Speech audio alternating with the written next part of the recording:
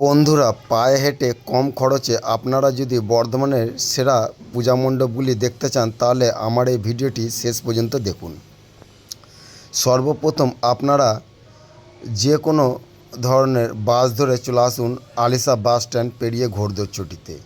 ওইখান থেকে বাস থেকে নেমে তারপর আপনারা পায়ে হেঁটে একটার পর একটা পূজা মণ্ডপগুলি দর্শন করুন। আমি আপনাদের সামনে সম্ভবত সেরা মণ্ডপগুলি তুলে ধরেছি এবং তাদের নামগুলি প্যান্ডেলের মাথায় মাথায় লিখে রেখেছি। এক একটা প্যান্ডেল থেকে খুব একটা দূরত্ব নয়, মাত্র পায়ে হেঁটে 5 থেকে 10 মিনিটের দূরত্ব। তাই আপনাদের বারবার টোটো অটো করার দরকার নেই।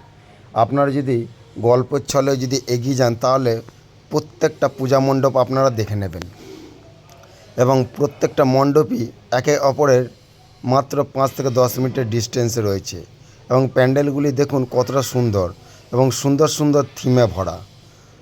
প্রত্যেকটা প্যান্ডেল একে অপরের থেকে ভিন্ন এবং দেখার মতন।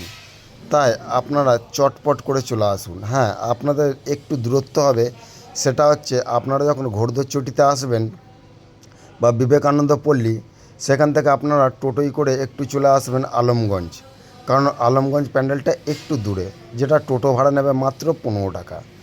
এরপর আলমগঞ্জ থেকে দেখে নেওয়ার পর আবার আপনারা যে কোনো বাস ধরে ফিরে চলে যেতে পারেন নিজেদের বাসায়।